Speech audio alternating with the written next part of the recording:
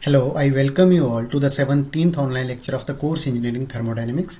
In the previous lecture, we have discussed about the reheat and regenerative Rankine cycles, and in specific, we have come to know that the efficiency of an ideal regenerative cycle is equivalent to that of a Carnot cycle. And then later we have established certain limitations of the ideal regenerative cycles, because of which we have to employ certain modifications such as open feed water heaters and closed feed water heaters in order to make the regeneration possible at the practical level. Okay. So in particular, we have discussed one version of the regenerative Rankine cycles with open feed water heaters. In today's lecture, we will start our discussion with the regenerative Rankine cycles, particularly with the closed feed water heaters. Okay. So over here I have included a schematic representation of a Rankine cycle along with the closed feed water heater. Okay, so ultimately it is becoming a regenerative Rankine cycle with closed feed water heater. So what we are having over here, we are having a boiler, and after the boiler at point number 7 we are having nothing but our superheated steam which is entering inside a turbine. And then, as we know, in our regeneration we extract certain portion of the stream, say Y fraction of the steam we have extracted at some intermediate pressure at state 8, and whatever the remaining portion of the steam was there, 1 minus Y portion, that we have allowed to expand within the turbine till our condenser pressure, which is represented by point number 9. And then after that, this 1 minus Y fraction of the steam we have allowed to enter through the condenser, and after the condenser we will be getting state 1, which is nothing but a saturated liquid state. And then we have used a pump which will be pumping this condensed liquid till the boiler pressure. So at point number 2 our pressure is nothing but equivalent to that of a boiler pressure. Okay. After that, what we have done over here, we have employed one additional component which is known as a closed feed water heater. So what we have done, whatever the Y fraction of the steam we have extracted from the turbine at some intermediate pressure, that steam we have allowed over here to exchange heat with the liquid state which we are having at boiler pressure. Okay, so over here now if you see what we are having, the pressure of this state number 2 is nothing but identical to that of the boiler pressure, whereas the pressure of this point number 8 is less in comparison to that of a boiler pressure. So that's why if over here now we have to allow the exchange of energy between these two fluidic streams, we cannot directly mix them. Okay, because what will be happening, this side pressure is more, this side pressure is less, so this will create certain backflow in this line. Okay, so because of that, what we have to do, we have to make over here this arrangement in such a fashion so that the two streams are not physically mixing, however these are allowing the exchange of energy between the two. So that's why this type of feed water heater over here is nothing but it is mentioned as a closed feed water heater. So what is basically happening inside this closed feed water heater, there is no exchange of mass between these two streams. However, what is happening, this stream 2 is entering at point number 2, which is having the pressure identical to that of boiler pressure, however it is in the liquid state. And this steam which we are having over here with properties identical to that of the state 8, that is having some intermediate pressure and that is exchanging the heat with this liquid at point number 2. After the exchange of the energy, this liquid is becoming at point number 3, and whatever the steam we were having, that steam is actually losing certain amount of heat and it is actually getting point number 4.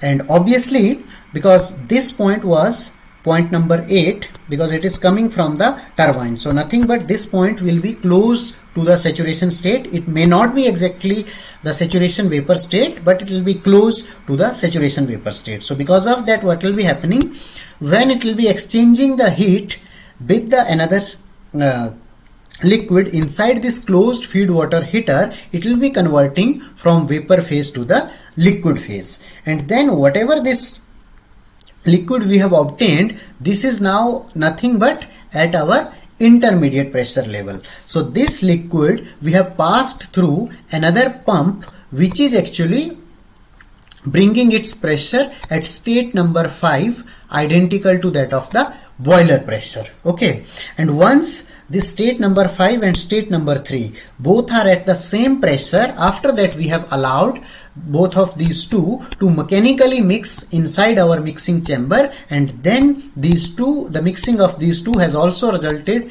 in exchange of the energy if their initial thermodynamic states are different. Because of that, what we will be getting ultimately at the inlet to the boiler, we will be getting state number 6. Okay, so the major difference between closed feed water heater and open feed water heater is that in case of open feed water heater, as we have seen in our previous lecture, the entering streams whatever were coming, these were coming at the same pressure levels. So because of that, we were allowing the direct mixing. Okay, however, in this particular closed feed water heater, what we are having certain portion which is one stream which is coming at high pressure and one is coming at the low pressure. So that's why what we are doing, we are not allowing these to physically mix, rather we have only allowed the exchange of the energy. And once the energy exchange has taken place, then we have created a situation where the pressure of both the streams is becoming identical, and then we allowed the mechanical mixing between these two. Okay, so one additional component, mixing chamber, over here we have to include along with the heat exchanger, which will be only allowing the exchange of heat. Okay, so this type of circuit is particularly known as a closed feed water heater. Okay, so now if you try to see what we are having over here, we were having 1 minus y fraction of mass. So obviously when at this point, 2 point, we will be having same fraction of mass 1 minus y, and when this mass will be reaching to the state number 3, as it has not any addition or removal of mass within the heat exchanger, only it has undergone through the exchange of energy. So that's why this fraction over here will also be identical to 1 minus y, and whatever the state 8 has come out of the closed feed water heater, its thermodynamic state is now 4, and fraction of mass associated with it is nothing but equal to y. So once again, when this y and 1 minus y will be mixing inside this mixing chamber, finally we will be getting the total mass fraction, which is equal to 1 at the inlet of the boiler. Okay, now let us try to see this whole circuit, whatever I have plotted over here in this schematic representation. Let us try to see the corresponding TS diagram for the same. So if you see, this is nothing but over here a temperature axis and entropy axis. Over here this is my liquid vapor dome, and in this liquid vapor dome I have now 3 different pressures. So over here if you see, nothing but this top pressure line is corresponding to my boiler pressure, and this middle pressure line is nothing but our intermediate pressure, and this bottom line is corresponding to our condenser pressure. Now as you have already seen that at the exit of the boiler or inlet of the turbine, we were having nothing but state number 7, and then we have allowed this steam to expand in our turbine, and after that what we have done, at this intermediate pressure of Pi, certain fraction of steam, say I have represented over here it with y fraction of steam we have taken out of the turbine, and whatever the remaining 1 minus y fraction was there, that I have allowed to extend till the condenser pressure, which is corresponding to thermodynamic state number 9. And after that, this 1 minus y fraction actually we have allowed to pass through the condenser, and then ultimately we will be getting saturated liquid state at the inlet of the pump. And then in our pump number 1, what we have done, whatever the saturated liquid we were having, that we have first pumped directly till our boiler pressure. So over here what we are doing, in case of our closed open feed water heater, we did this pumping of this saturated liquid only till our intermediate pressure. Okay. However, in case of closed feed water heater, what we have done, we have pumped this saturated liquid, whatever we are having with 1 minus Y fraction after the condenser, we have pumped that till our boiler pressure. So let us consider that 2 is our thermodynamic state at the exit of the pump. Okay. Now what we have done, this state number 2 and state number 8, whatever we have taken at intermediate pressure from the turbine, these two we have allowed to pass through a heat exchanger, and this particular type of heat exchanger we call nothing but a closed feed water heater. So if you see our previous circuit, so in this closed feed water heater, what we are doing, we were passing state number 2 and state number 8, where state number 8 is resulting in state number 4 and 2 is actually giving us thermodynamic state number 3. So if you see the same state points on TS diagram, nothing but what we have done, we have allowed this point number 8 and point number 2 to enter inside a heat exchanger. Now if you see this figure, you will be finding that the temperature of point number 2 is less in comparison to the temperature of the point 4. So this is over here nothing but T2 and this point is nothing but our T4. So now as the temperature of 2 is less than T4, or I can say this T8, so this point number 8 will be giving certain amount of heat to this stream which is entering at point number 2. So because of that, there will be certain heating of this liquid because this is entering in the subcooled state. So in subcooled state, the heating will result in increase in temperature. It means we will be having sensible heating of the liquid till and that maximum sensible heating is possible only up to the maximum temperature of the hot stream available in our heat exchanger. So the maximum temperature is nothing but, because this hot stream is undergoing through the phase change process, so its temperature will be remaining constant. So that's why maximum heating will be only possible if we are having the temperature of this fluid which is entering at point number 2 that is reaching identical to that of the hottest temperature inside our heat exchanger. So hottest temperature is nothing but corresponding to point number 4. So that's why we can consider that if we are having ideal heat transfer process, it means the exchange of heat is nothing but 100% efficient. In that case, the temperature of point number 3 and temperature of point number 4 will be nothing but both as same. And after that, what we have done, once again we have used another pump to increase the pressure of this Y fraction of saturated liquid till the boiler pressure. So this pumping process will give us final point as nothing but point number 5. And after that, what we did, now if you see both this point number 3 and point number 5, both are on the same pressure level. So if both are at same pressure level, we can allow both these two to mix mechanically. So after that, we have used a mixing chamber, and inside that mixing chamber there has been mass as well as the energy exchange between thermodynamic state number 5 and thermodynamic state number 3, because of which we will be getting some intermediate state. Now if you see, when we allowed the 3 and 5 to mix inside a mixing chamber, there is no device which will be resulting in change of its pressure, because of which what will be happening, whatever the output state we will be getting out of the mixing chamber, that will be having the identical pressure. However, because temperatures of point number 3 and point number 5 were different, so finally we will be getting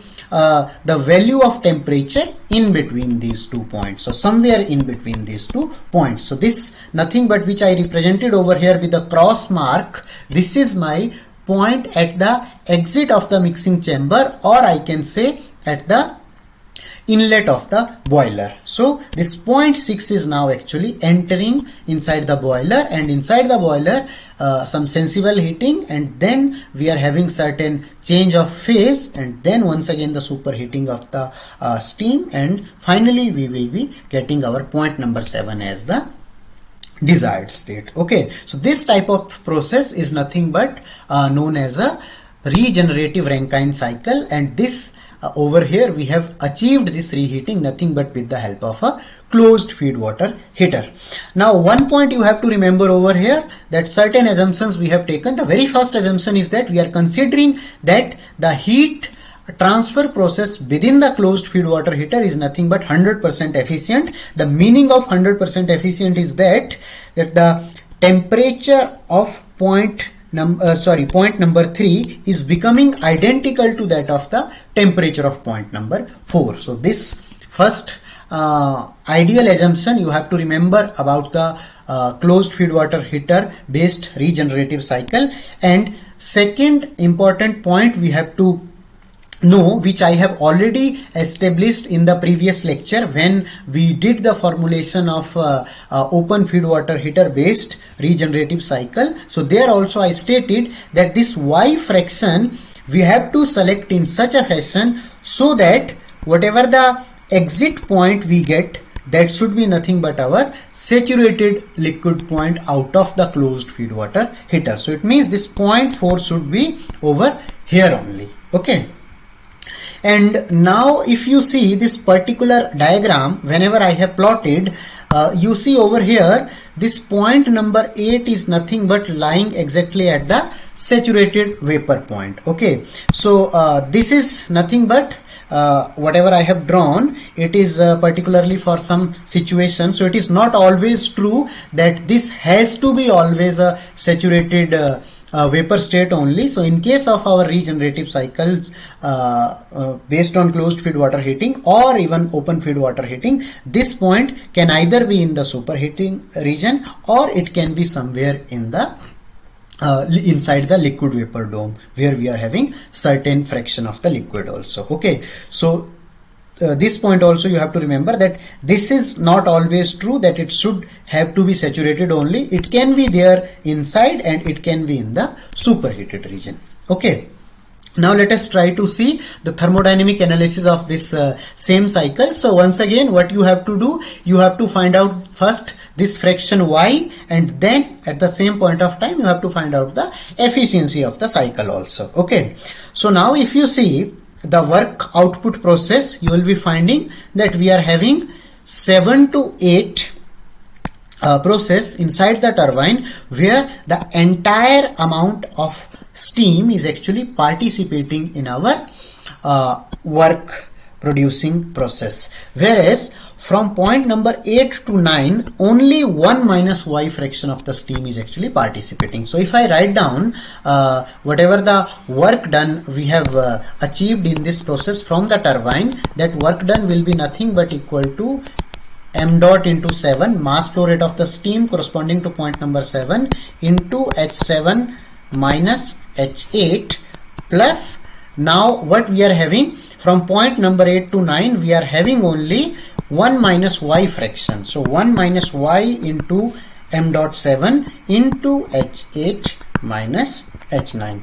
This is our work done by the turbine. Then if we see now our processes inside the pump, so if you see this is our first pumping process and then this is our second pumping process. So in our first pumping process we are having only 1 minus Y fraction, and this is changing from state number 1 to state number 2. So in case of first pumping process we can say that work done inside the pump number 1 will be nothing but m dot 7, because I can take the previous mass only with reference to a single point, into 1 minus Y into H2 minus H1. Okay, or in other words I also know that work done inside an open system is nothing but minus integral of VDP, that is nothing but a specific work, and if I have to find out the total work, I have to multiply with the mass flow rate also, so that will be nothing but m dot 7 into 1 minus y. So ultimately I will be finding that work done inside the pump number 1. I can also write, because this V over here, as I have told you, and this integration will be nothing but from point number 1 to point number 2, and as I have already told you that this specific volume V, this over here is nothing but a constant parameter, because over here we are having this saturation liquid which is entering inside the pump. So if we consider liquid as our incompressible fluid, we can take out the specific volume out of the integration, and I can simply say that it will be nothing but equal to specific volume of 0.1 into P2 minus P1. Okay, and that part, what else it will be coming? It will be nothing but m dot 7 into 1 minus y. So now when I have written this pump work over here, I have actually removed this negative sign. So the reason for removing the negative sign is because it is a work done on the system, so that we already know that if we are having a pump, so this work is nothing but being added on the system. Okay.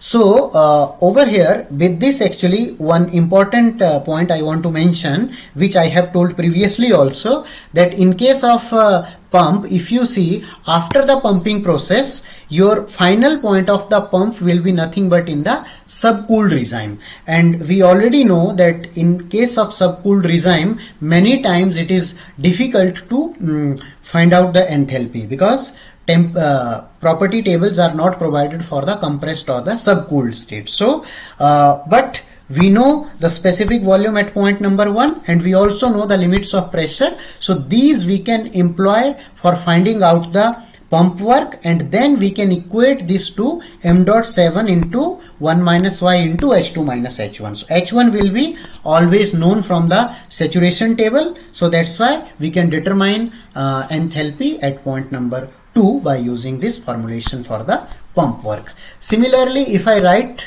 the pump work corresponding to second pump, now you see inside second pumping process we are only having the Y fraction of the steam, and that fraction is actually changing its pressure from point number 4 to point number 5. So simply I can write down that pump work over here is nothing but specific volume at point number 4 into pressure at point 5 minus pressure at point 4 into m dot 7 into y, and this I can simply equate to nothing but m dot 7 into y into H5 minus H4. Now H4 is already known, so H5 I can determine by using by equating this right hand side with the left hand side. Okay, so these are our pump works. Now if you try to see what we are having, we have to also determine that how much heat we are adding into the system. So if you see what is our entry state to the boiler, so our entry state to the boiler is nothing but state number 6, and our exit state from the boiler is state number 7. So it means if I have to determine the heat transfer process over here, I can write that heat supplied is nothing but equal to m dot 7 total mass flow rate. So everywhere what I am doing, I am writing the mass with reference to point number 7. Now you can follow the circuit and you can determine that at other points also what is the mass, and you can relate that with reference to point number 7.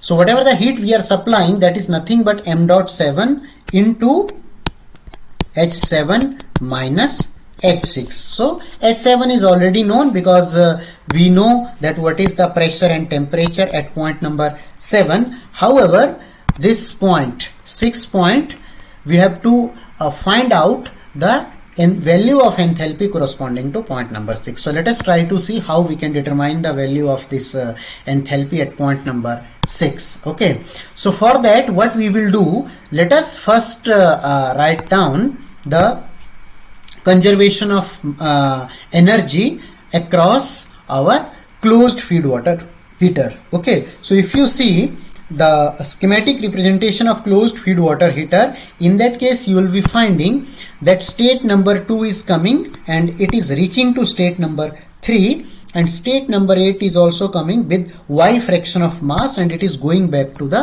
state number 4. Now mass of this stream is nothing but m dot 7 into y, and whatever over here we are having at state number 2, its mass is nothing but 1 minus y times of m7. So because of that, if I write down now the energy balance across this closed feed water heater, I can simply write that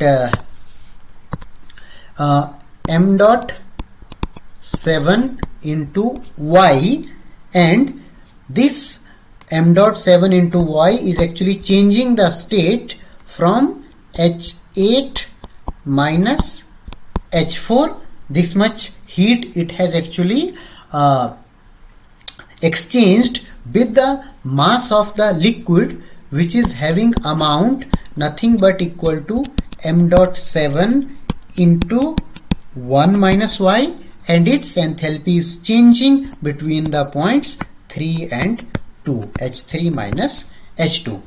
Now from this equation you will be finding m dot 7 will cancel, and we can write down y into, or I can simply say y divided by 1 minus y is nothing but equal to H3 minus H2 divided by H8 minus H4.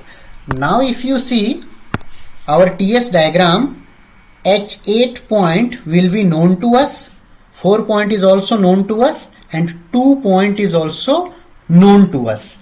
And as I have told you that this point number 3 and point number 4, majority of the time when we will be doing the theoretical analysis, we will be considering that the heat exchange process inside the closed feed water heater is nothing but 100% efficient. By considering the 100% efficiency of the heat exchange process, we can say that the temperature of this point number 3 will be identical to that of the temperature of point number 4. Okay.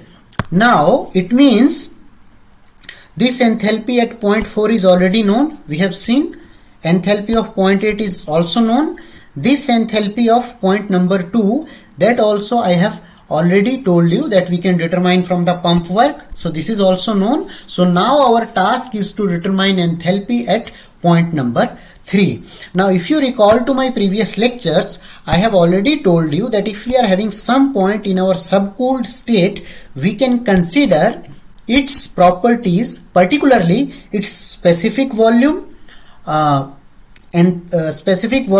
entropy and internal energy equivalent to that of the saturation temperature. Okay, so because the temperature of point number 3 and temperature of point number 4 is almost same, so we can consider that the internal energy of both these points will be nothing but same, as well as the entropy and as well as the specific volume. So these three properties we can make identical. So because of that, what will be happening, because I have already told you, because of the 100% efficient heat transfer, the temperature of point 3 is equivalent to that of the temperature of point number 4. So because of that, if I have to find out the enthalpy at point number 3, I can write internal energy at point 3 plus pressure of point 3 into specific volume of point 3 as equal to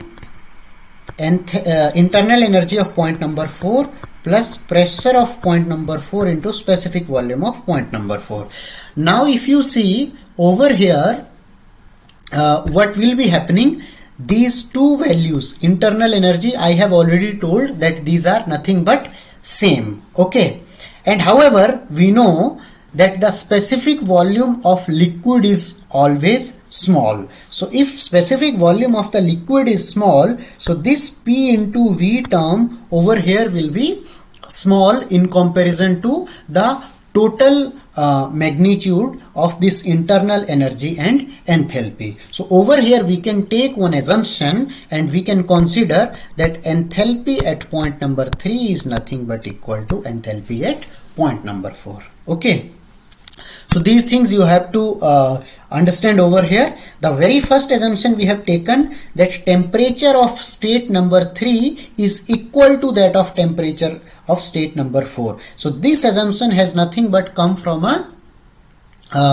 this has come from the 100% efficient process inside our closed feed water heater, and then we are having internal energy plus the pressure into our specific volume that we have equated, and we know that from our steam tables knowledge that enthalpy, this internal energy of point number 3 and point number 4 will be nothing but same. And if we consider that specific volume, because both are in the liquid state, if we if we consider that the specific volume term because of its liquid phase is very small, we can say that this small term will be having a negligible effect on the overall term, whatever we are having this U plus PV. So that's why what we are doing, we are taking one small assumption that enthalpy at point number 3 is nothing but equal to that of the enthalpy at point number 4, which is a reasonable assumption. Because of it we will be having very negligible error in our thermodynamic analysis. Okay, so from this formulation we have come to know that enthalpy of this point number 3 is nothing but I can make equal to that of the enthalpy of point number 4. Okay. So now all our enthalpies are known. If all our enthalpies are known, I can determine what fraction of Y we have to take out of this, take out of the turbine at the intermediate pressure in order to achieve this regeneration process. Okay. So once this Y value is known, after that, now what we have to do, this 7 enthalpy is also known. This is nothing but the exit of the turbine, so its temperature and pressure will be given majority of the times you will be finding. However, now we have one more variable which is nothing but enthalpy at point number 6. So how to determine the enthalpy of point number 6? Let us try to see our block diagram. So if you see in our block diagram, what we are having, point number 5 and point number 6, they are having certain mass, and these two masses are mixing and exchanging the energy as well as mass, and ultimately they are resulting in state number 6, which has finally given us process on thermodynamic temperature entropy diagram as this point number 3 and point number 5. These two are now mixing and these are resulting in nothing but point number 6. So now if I apply the energy balance across this mixing chamber, so what I can write, I can simply write that m dot 7 into 1 minus y. This mass is nothing but entering with enthalpy H3, and what else is happening? We are also adding m dot 7 into y mass, and this mass m dot 7 into y is nothing but, okay, so I have done over here a mistake. If you try to see what is particularly happening, yes, okay, it is, I think, correct. M dot 7 into 1 minus y is coming with nothing but enthalpy H3, and this m dot into y is coming with enthalpy H5. Okay.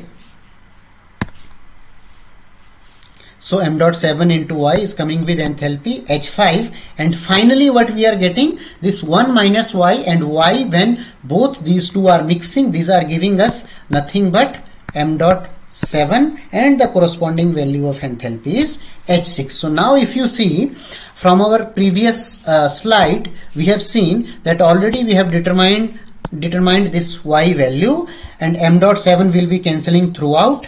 H3 we are already knowing, H5 we are already knowing. We will be nothing but coming to know about the value of H6, and once H6 is known, we can put this value in nothing but our heat equation, which is Qn into m dot 7 into H7 minus H6, and once heat transfer is determined, we can find out the efficiency. So then we can determine the efficiency of this type of closed feed water heater based regenerative cycle. Okay. So this is the thermodynamic analysis of entire regeneration cycle, which is based on the closed feed water heater. Now let us try to see one important topic, which is based on the number of regeneration stages. Okay, so as I have told you, in case of reheating, we may have large number of stages possible for reheating. However, what are the implications that I have already stated? Similarly, in case of regeneration also, if I show over here the temperature entropy plot, so like what I have done over here, if you see, I have taken the, say, one regeneration, means I have extracted certain Y fraction of the steam, say some intermediate pressure P1.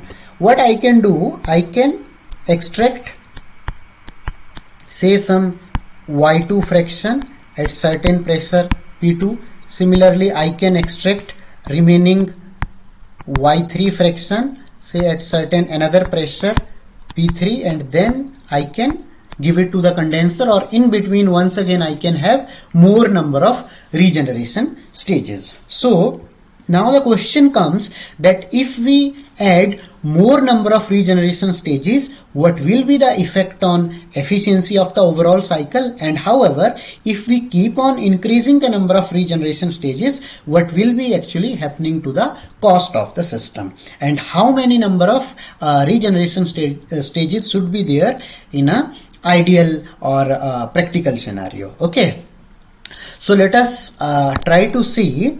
What I want to show over here, I will be plotting a curve.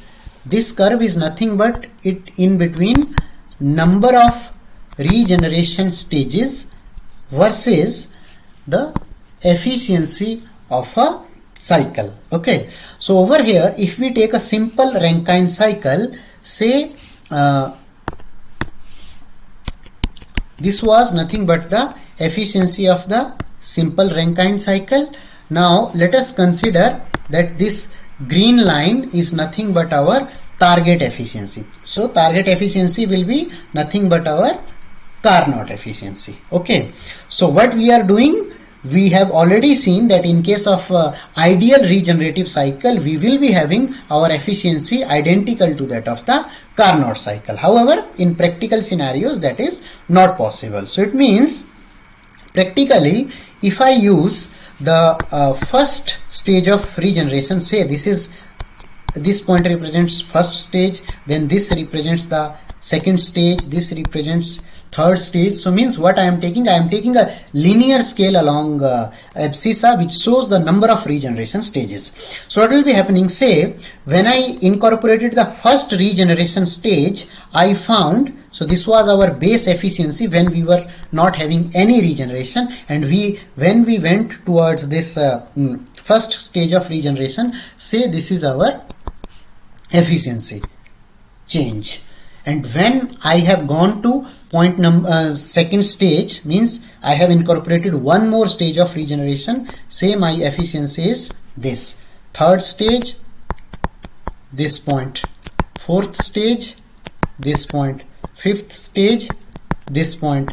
Sixth stage, this. Seventh, this. So if you try to see, this curve is following this curve is having certain nature, which shows that during the initial stages of regeneration, there will be significant increase in efficiency of the cycle. However, if you keep on increasing the number of stages, what you will be finding, that whatever the change of efficiency you are getting between the two stages, that will be actually reducing with increase in number of stages. However, if you see at the practical level, what you are doing basically, when you are increasing the number of regeneration stages, you are including extra feed water heaters. At the same point of time, you are including extra pumps and extra pipings in order to incorporate the system at the practical level. So that's why what will be happening, the cost of the system will keep on increasing if you keep on increasing the number of regeneration stages. So what we have to do, we have to make some trade-off in between the efficiency and the cost which has increased, capital cost which has increased due to increase in the number of regeneration stages. Okay, so let us consider that this is some trade-off point, because if you see up to this point the change in efficiency is something which is significant. However, after this point the change in efficiency is becoming very small. So what we do in case of practical scenarios, we limit ourselves till around 4th or 5th stage of regeneration. So maximum we go for 5 stages of regeneration in our practical situation. Why? Because if we go beyond that, our cost will be increasing significantly, wherever the net return in terms of increase in efficiency will be actually decreasing. Okay, so this is about the practical implementation of the regeneration in our steam power plants. Now let us try to see one more important topic, which is about the actual Rankine cycle. Okay, so what is the meaning of actual Rankine cycle I am mentioning to? So whatever till this point I have told you, that cycle is nothing but simply known as a ideal Rankine cycle. However, if you recall my previous lectures of entropy rate equation and entropy rate equation applied for control volumes, you will be finding that I have shown over there that the process inside the turbine is not actually isentropic, rather we will be having certain amount of entropy generation. So because of that entropy generation inside the turbine, there will be certain irreversibilities. Because of these irreversibilities, our cycle, which we have already seen, so that is nothing but our ideal cycle. However, in actual scenario our cycle will be deviating. So this I represented over here, say process number 3 to 4. This process is nothing but happening inside the turbine, and over here as I have drawn the constant entropy line, so now entropy generation is equal to 0.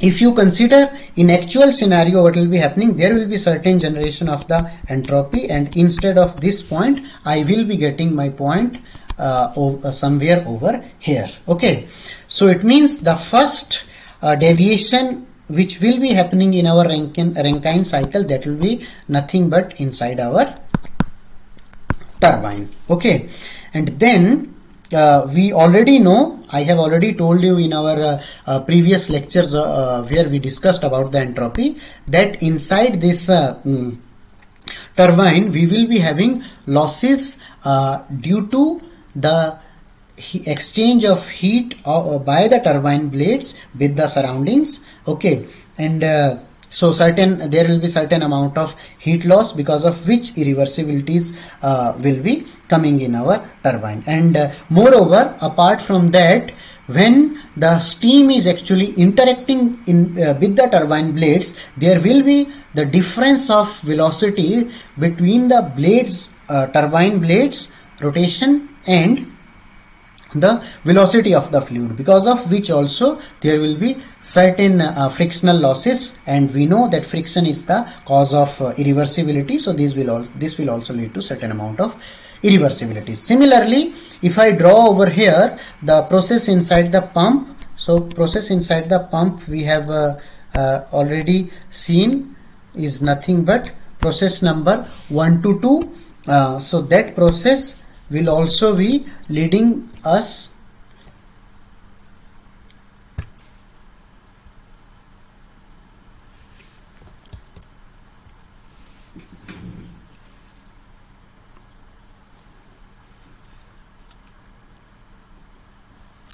that process will also leading to certain amount of entropy generation, and actually we will be finding that our line will be going somewhere at point number 2 dash instead of point number 2. So these two efficiencies, these two leads to the additional efficiency terms over here, and this I have already described you in our earlier lectures on entropy. So this type of efficiencies are particularly known as isentropic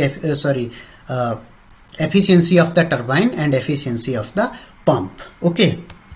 Apart from that, one major component of the loss is there due to the friction. So what we have seen, that when a flow happens inside any pipe, so if inside this pipe, say, water is flowing, so when the flow of water will be happening, or say flow of steam will be happening inside this pipe, because all these fluids, water or steam, these are not ideal fluids, rather they are having certain value of viscosity. So because of this viscosity, there will be certain amount of frictional losses between the pipes, and we will be having certain pipe fittings also. So because of that, what will be happening, there will be certain losses inside our boilers as well as our condenser, because boiler and condenser is nothing but a heat exchanger. Okay, and heat exchanger comprises of large number of tubes or large number of flow passages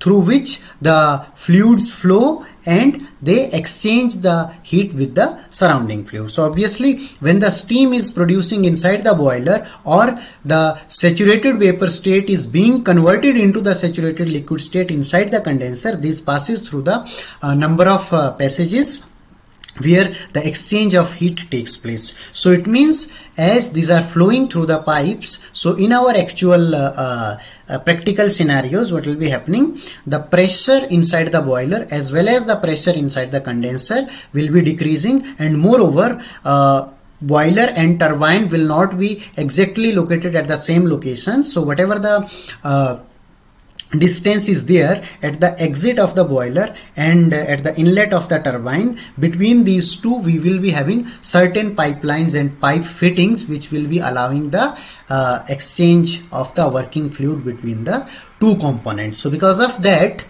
if I plot over here the actual cycle, that will be looking something like I'll be drawing over here. So say this is my ideal pressure line. So first is corresponding to the condenser pressure PC, and second one is corresponding to the boiler pressure PB. Now if over here I draw the actual process, so what will be happening, say this is my process inside the pump.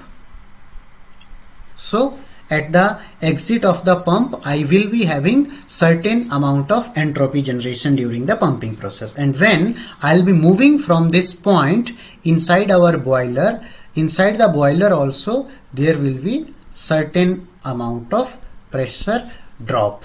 Because of this pressure drop, what will be happening, if we were having PB as the boiler pressure, actually at the inlet of the turbine pressure will be less in comparison to that of the boiler pressure. And now if we do the process inside a turbine, inside the turbine what will be happening, there will be certain amount of entropy generation.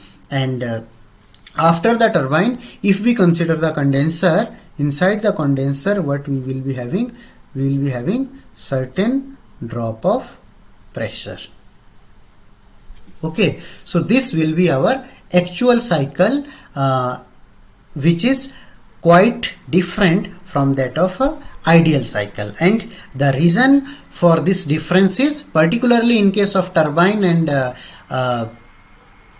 compressor, we are having certain irreversibilities which are accounted in terms of the efficiency of turbine and efficiency of the pump. However, inside our boiler and the condenser, we will be having particularly the pressure drop or the frictional losses due to the viscosity of the fluid mediums. Okay, so this type of cycle, whatever I have represented over here, which is actually deviating from the deviating from the theoretical Rankine cycle, is something known as actual cycle. And while we are designing the system, particularly at the practical conditions at the thermal power plants, so we have to consider these frictional losses, and we have to consider the pump and turbine efficiency in order to design the plant for getting certain amount of power output.